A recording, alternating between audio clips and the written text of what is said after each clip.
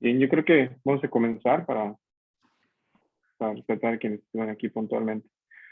Muy buenos días a todos. Bienvenidos a la sesión de probabilidad del 54 Congreso de la Sociedad Matemática Mexicana. Entonces, como les hice llegar en algún correo, pues básicamente la dinámica, vamos a tener la presentación en vivo a cargo del doctor Juan Carlos Pardo.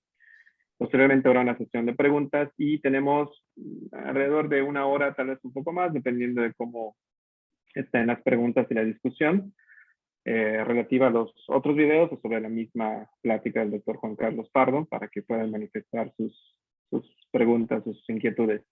En la primera parte, durante la exposición del doctor Juan Carlos, pues él ha comentado que lo pueden interrumpir, entonces pueden activar su micrófono y hacer la pregunta, en dado caso de que tengan alguna, para que pueda quedar mucho más clara la plática. Y en la segunda parte, pues iremos tomando una especie de turnos por si alguien quiere preguntar, para que no se también se sature hablando todos al mismo tiempo, ¿no? Muy bien, habiendo dicho esto, bueno, permítame presentarles al doctor Juan Carlos Pardo. Él es investigador del Centro de Investigación en Matemáticas de la Universidad de Guanajuato. Desde el 2009, investigador nacional nivel 3, ¿no? Un gran colega, un gran amigo. Él ha impartido varias pláticas, tiene varias contribuciones en diversas áreas y tiene un contacto directo con la escuela francesa e inglesa, ¿no? Entonces, digo, puedo pasarme como 5 o 10 minutos hablando de toda su trayectoria, entonces mejor escuchemos lo que nos tiene que decir el día de hoy. Muchas gracias, Juan Carlos, por haber aceptado. Muchas gracias, Henry. Muchas gracias por la bonita presentación. Agradezco mucho la invitación. Agradezco mucho a los organizadores del evento. Estuve viendo un poquito en la mañana la inauguración y esperemos que, que así como ha iniciado de una muy buena forma, también se desarrollen las actividades del Congreso. El día de hoy les vengo a platicar un poquito del trabajo que he estado realizando en los últimos casi 4 años, 4 o 5 años, y que es un poco sobre convergencia abrupta de sistemas dinámicos perturbados, ¿no? Este es un trabajo con Gerardo Barrera de la Universidad de Helsinki, de quien he aprendido todo este tipo de cuestiones de perturbaciones de sistemas dinámicos, ¿no? Y con Michael Quagele de la Universidad de los Andes, que se encuentra en Colombia. Bueno, con él hemos desarrollado diferentes trabajos, y cada vez que escribimos uno creo que entendemos mejor el problema, como siempre, y les podré platicar un poquito al final, ¿no? Era un trabajo que estaba totalmente seguro que lo podíamos desarrollar, pero como verán, al final platicaré un poquito sobre las cuestiones técnicas, que son un poquito complicadas y en la cual Michael Quagele jugó un rol muy importante, porque nos pudo ayudar con su expertise sobre acoplamientos, pues, ¿no? Que era básicamente que hay una buena parte sobre acoplamientos aquí, ¿no? Para poder hablar un poquito de la convergencia abrupta de sistemas dinámicos, imaginemos que caminamos aleatoriamente por el bosque, ¿no? Nos perdemos, seguimos caminando aleatoriamente y después de un cierto tiempo encontramos el camino correcto, ¿ok? Que es el camino que quisiéramos llevar, con fluctuaciones, pero es el camino que deseáramos llegar. Y aquí la convergencia abrupta es cómo llego a ese camino, o más bien en qué tiempo y de qué forma lo hago, ¿no? Entonces es una descripción muy completa, ¿no? Sobre cómo llego al equilibrio, o cómo llegan al equilibrio estos sistemas dinámicos. ¿Ok? Entonces, para explicar un poquito mejor, me pienso ir a algo más tangible, porque la otra parte es muy, muy técnica, ¿no? Pero lo que estamos interesados es precisamente, tenemos un modelo aleatorio, markoviano, ¿ok? ¿sí? Y lo que queremos ver, este modelo markoviano tiene estabilidad, es decir, después de un cierto tiempo encontramos una distribución estacionaria, ¿no? Para el proceso, o si lo queremos ver de otra forma, tenemos una distribución límite, ¿sí? Y lo que quisiéramos observar es en cuánto tiempo me tarda en llegar, o le tarda en llegar el proceso aleatorio, ¿no? A su equilibrio. Y además me gustaría saber si lo hace, cómo lo hace, pues, ¿no? Llegando. ¿Ok? Entonces, primero tengo que llegar a algo que le llamamos tiempo de cutoff o tiempo de la convergencia abrupta, si así lo quieren llamar. Y este tiempo lo que nos dice es, antes de este tiempo, el sistema está alejado del equilibrio y justo después de este tiempo, el sistema converge el equilibrio de forma exponencial o converge exponencialmente rápido. ¿Ok? Entonces, como les digo, es más fácil ver las cosas de una forma, con un ejemplo mucho más tangible, y qué mejor que este ejemplo, que es el que da inicio o que explota, digamos, ¿no? Todo el estudio de la convergencia abrupta. Este es un trabajo que fue desarrollado por Aldous y por Diaconis, ¿no? En los años 80, y este trabajo resume un poco los trabajos de Aldous, Diaconis, y ya no me acuerdo la otra persona, pero seguramente lo pongo ahí, que precisamente estudian el barajeo de cartas, ¿no? De naipes, de los naipes normales.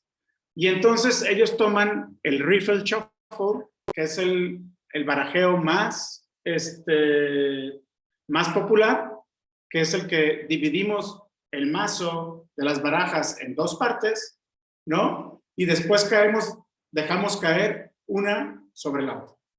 Y entonces este modelo fue desarrollado por Hilbert, Shannon y Reed, y en donde suponen que con una distribución binomial de parámetro n y un medio, yo separo en dos mis cartas. Y entonces de un lado tengo k cartas y del otro lado tengo n menos k cartas.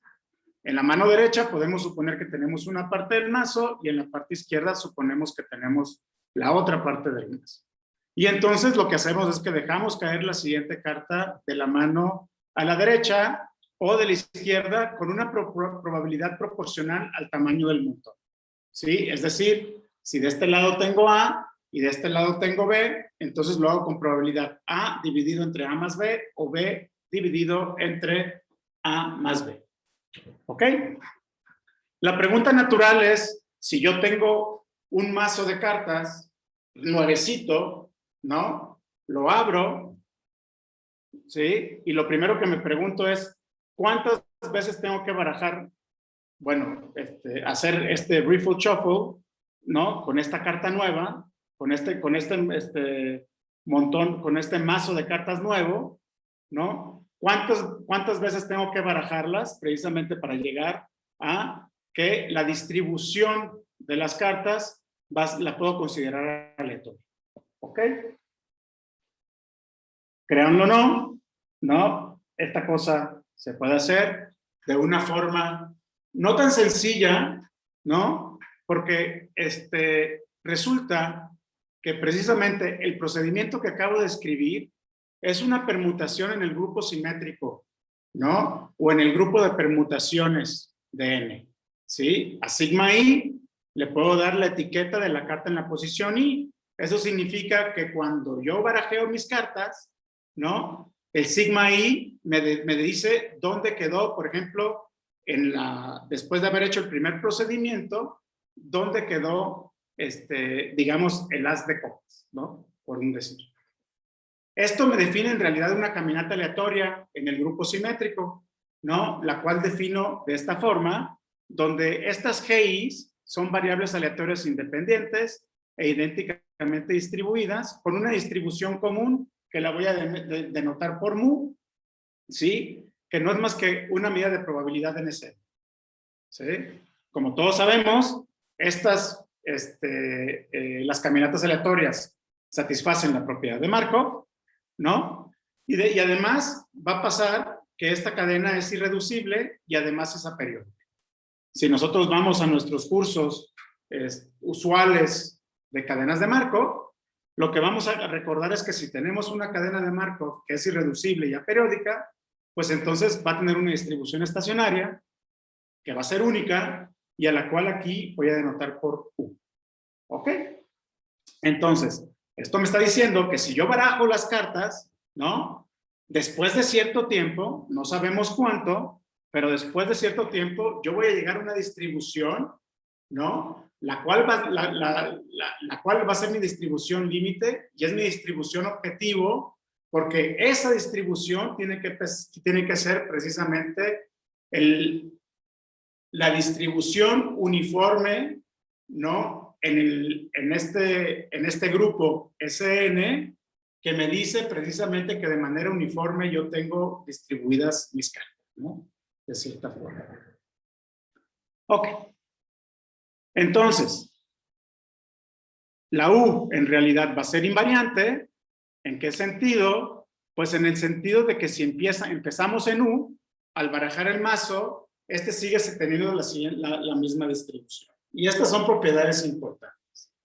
Y entonces, si a mí me gustaría saber cuántas veces necesito hacer este procedimiento o hacer el Riffle Shuffle, ¿no? Lo que necesito es poder comparar distribuciones. ¿Sí? Entonces, para ello voy a introducir a la distancia de la variación total, que está ahí. Yo me agarro una distribución mu y una distribución nu, y esto no es más que el supremo de A de todos los elementos en la sigma álgebra que tengo, ¿sí? De mu de A menos nu de A. ¿Ok? Si estos objetos tienen densidad, esta cosa lo puedo describir más sencillo, y si mi objeto es discreto, pues ahí lo tengo automáticamente. No es más que un medio de la suma de todos los elementos en el espacio, ¿no? Y me fijo en la diferencia de las masas de probabilidades de mu menos nu y la parte positiva. ¿Ok? Esta me define una buena métrica, y lo que yo precisamente quiero estudiar es la siguiente distancia que yo tengo allá abajo, ¿no? Me fijo en el máximo de todas las distribuciones en SN, ¿sí? Me fijo en la distancia bajo la variación total de la ley de mi caminata aleatoria al instante M y la ley de la distribución límite. ¿Ok? Y lo que yo estoy buscando, aunque no se ve aquí, porque aquí tengo, no sé por qué tengo me aparecen estas cosas de pero lo hago a un lado para que se vea en el dibujo, en mi simulación, ¿no? De que si yo defino a tau como el primer instante, de tal forma que esta distancia m es más chica que 1, en realidad el 1 entre él no importa, ¿no? Lo que yo voy a observar es un comportamiento de esta naturaleza. Antes de ese tiempo tau, yo estoy muy cercano a 1, que es en realidad ¿cómo le llaman? El valor máximo de la distancia de la variación total, ¿no? Y justo después del instante tau, lo que voy a tener es que se acerca a 0. ¿Ok? Entonces, este tiempo es precisamente el tiempo que estamos buscando, ¿sí?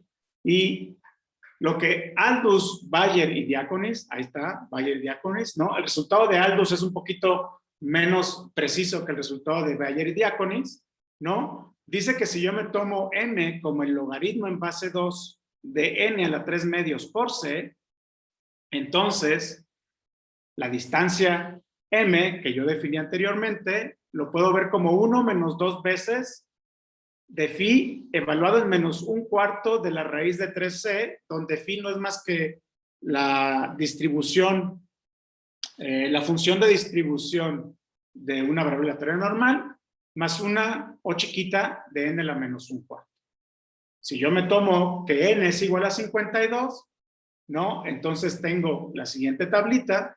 Como podemos ver, antes de 7, pues estoy muy cercano a 1, y después de 8, estoy ya muy cercano a 0, ¿no? Entonces, eso me indica que en realidad, para n igual a 52, pues a mí yo lo que tengo que hacer es barajar 7 veces, o casi 7 u 8 más bien, ¿no? Casi 8, para poder llegar a la distribución de equilibrio en el barajeo de cartas. ¿Ok? Observemos que en este caso, el tiempo que yo encuentro va a depender altamente en la dimensión, n, ¿sí? Y en el problema que yo les voy a platicar, no voy a trabajar directamente con la dimensión. ¿Ok? Porque eso es un poquito más complicado que lo que yo voy a hacer. ¿Ok? No sé si hay preguntas hasta aquí sobre qué significa el cutoff y qué significa este tiempo antes de que proceda a las siguientes láminas.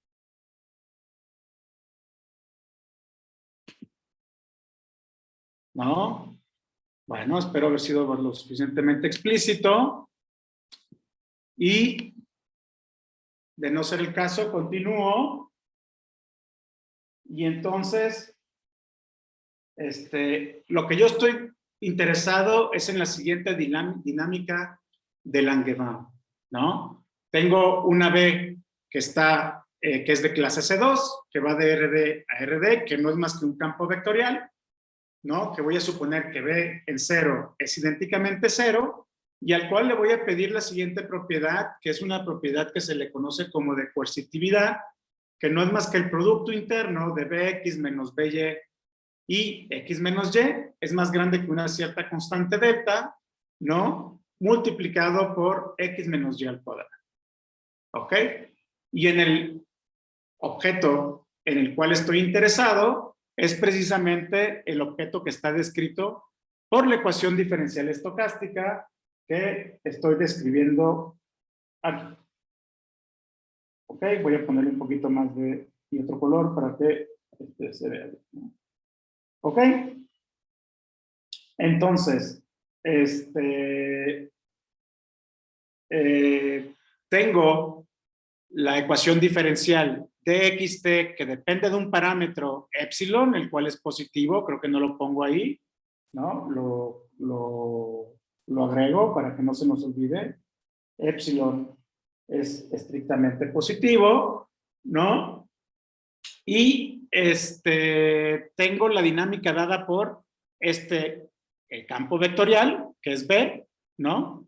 Más una perturbación aleatoria que está dada por un proceso de Levy. ¿Ok?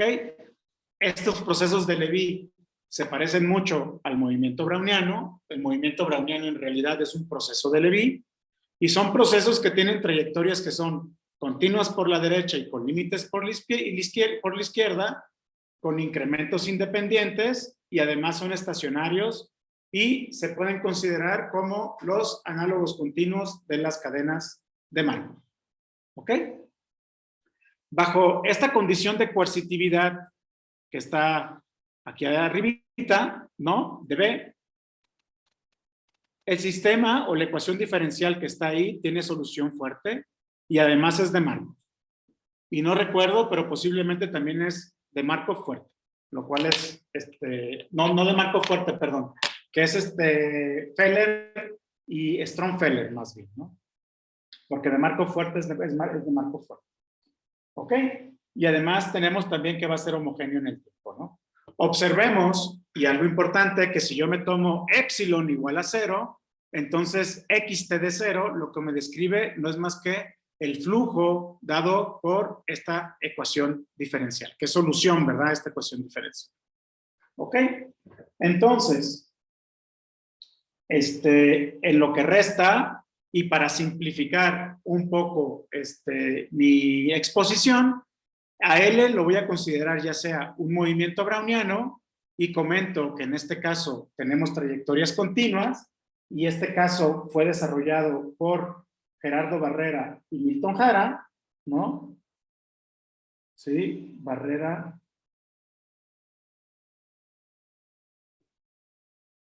y Jara, que está en un paper, en un artículo en Annals of Applied Probability, creo que salió en el 2020, ¿no? O podemos considerar a L como el proceso estable simétrico, pero con saltos, ¿ok? ¿Cómo están dados esos saltos? Pues fíjense, los saltos del proceso LT en dx, esa delta significa los saltos, es decir, LT menos LT menos, son proporcional a la medida del EMEC dividido por X a la potencia 1 más alfa por DT. Y este alfa está entre 0 y 2. ¿No? Si yo supongo que mi L es cualquiera de estos dos casos, yo siempre puedo mostrar que mi sistema XT epsilon, que es la solución fuerte de mi ecuación de Langevin, que tengo ahí atrás, ¿no? Existe una única distribución invariante y además, bajo la variación total, la distancia de la variación total, yo tengo que va a ser exponencialmente ergódico, que es precisamente esta propiedad que está acá. ¿Ok? Esto de aquí. ¿Ok? Y esto es importante. ¿Ok? Que sea exponencialmente ergódico no me determina el tiempo de cutoff, pero sí me da una intuición de que el tiempo de cutoff debería de existir. ¿Ok? Ojo, no todos los sistemas aleatorios son exponencialmente ergódicos. Algunos son ergódicos, pero no exponencialmente ergódicos. Y generalmente, para que sean exponencialmente ergódicos, hay que hacerles ciertos supuestos. ¿Ok? Entonces, lo siguiente que quiero decir es que en realidad nosotros obtenemos ruidos que son más complicados que el proceso estable simétrico que el movimiento browniano. Y en realidad lo que L puede ser es localmente, para tiempos más bien localmente para saltos muy pequeñitos, este L se parece como el estable simétrico y para saltos grandes puede ser lo que sea siempre y cuando le tenga yo momentos de un orden beta. El beta puede ser cualquier número que está entre 0 e infinito, pero necesito momentos y estos momentos son necesarios precisamente para tener la ergodicidad exponencial. ¿Ok? Ups, se me olvidó que tenía habilitado la escritura. Y entonces, el teorema principal, ¿qué nos dice? Si yo tengo que alfa es el índice de simetría, no de simetría, perdón, es el índice de estabilidad de mi proceso estable. Yo había dicho que alfa tenía que estar entre 0 y 2 en la diapositiva anterior, ¿sí? Pero desafortunadamente, por cuestiones muy técnicas de la distribución de la variación total, tengo que suponer que alfa está entre 3 medios y 2 y que además beta es positiva, ¿no? En este caso, beta tiene que ser un número que es más chico que 2, ¿no? O más bien más chico que 3 medios, discúlpenme, ¿no? Y entonces lo que yo tengo es que si yo me fijo en la distancia que estoy definiendo aquí, bajo la variación total, que no es más que no me describe más que la distribución de mi sistema en el tiempo t epsilon x por c menos su distribución invariante, cuando yo tomo epsilon muy cercano a 0, tengo que, esto va a ser 1, si c lo tomo entre 0 y 1, y 0 si c es mayor que 1. Donde este tiempo t epsilon x que estamos encontrando es 1 entre lambda x por logaritmo de 1 entre epsilon, más algo que es muy pequeñito, ¿sí? Pero que depende de L de x menos 1 entre lambda de x. ¿Ok? Lambda de x es el eigenvalor más grande de menos db0, que es el que me está dando el comportamiento, digamos, asintótico del el sistema dinámico cuando epsilon es igual a 0 y que me dice también que que mi sistema dinámico es asintóticamente estable, ¿no? O sea, que tiene un punto de estabilidad en 0. Y L de x son las repeticiones de dicho eigenvalor en mi descomposición de Jordan de esta matriz menos de B evaluado en 0, donde D no es más que la diferencial, ¿no? ¿Ok? Además, no solamente con eso, ¿no? Yo puedo describir alrededor de mi tiempo de cutoff otros tiempos, ¿sí? Muy proporcionales a mi tiempo anterior, ¿no? De tal forma que me dice que alrededor de mi tiempo de cutoff, ¿sí? Todavía tengo un comportamiento 0,1 o una convergencia drástica, ¿no? Una observación importante es que este término lambda x es mayor que 0 y L de x toma valores entre 1, 2 y d menos 1. ¿Ok? Desafortunadamente, en este caso, no se puede obtener la gráfica como la que yo mostré en el caso de cuando uno barajea cartas.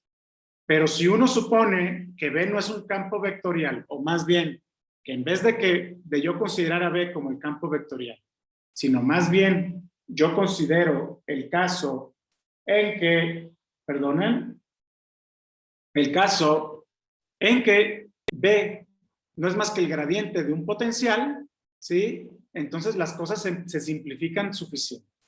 El tiempo de cutoff no es más que 1 entre lambda de x logaritmo de 1 entre epsilon, ya no tengo repeticiones, w de epsilon x, que es mi window, ¿no? O sea, la ventana donde yo puedo encontrar dichos tiempos. Además, voy a obtener que cuando tengo un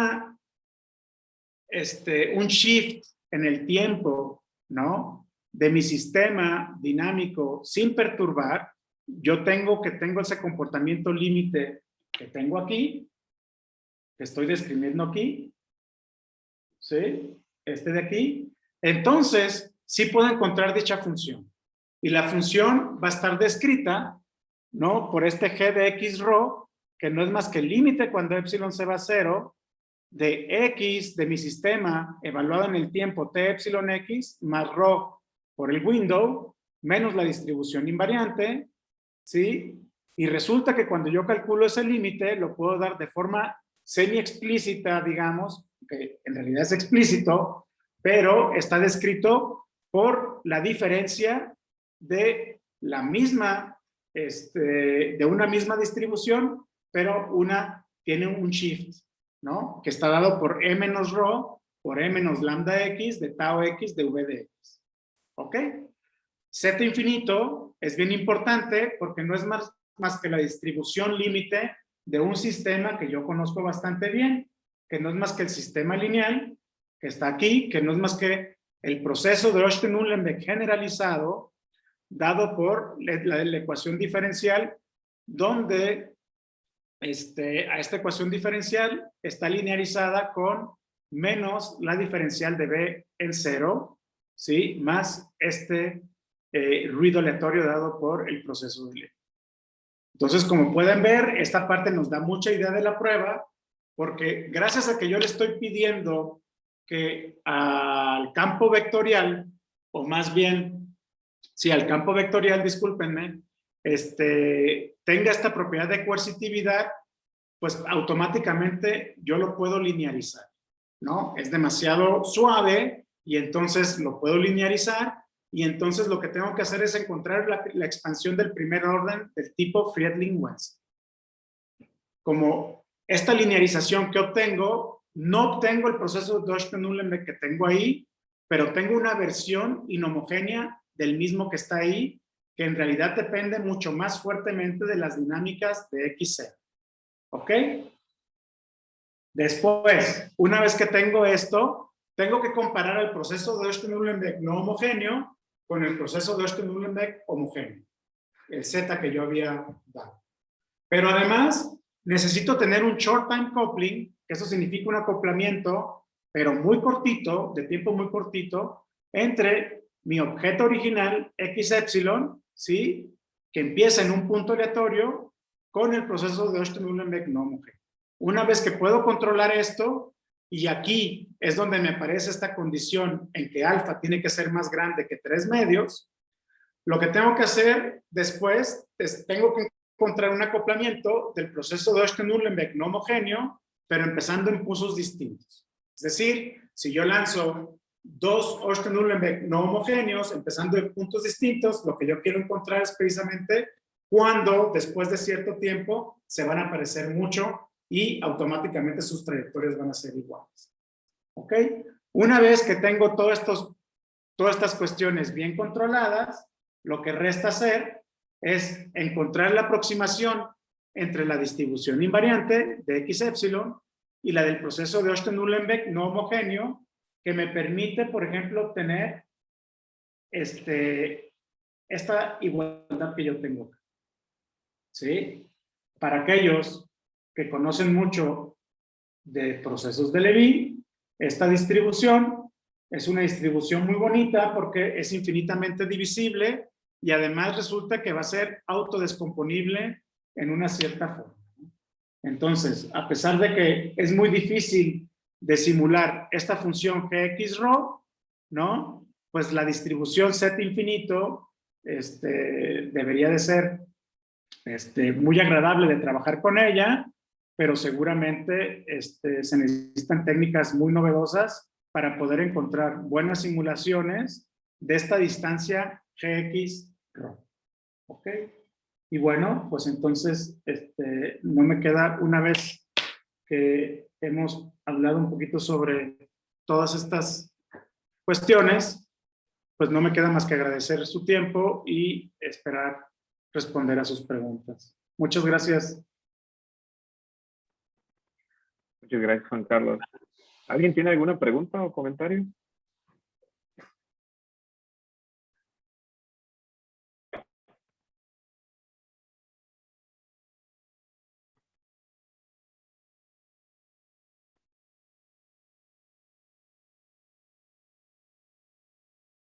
Parece que no hay preguntas en el chat tampoco.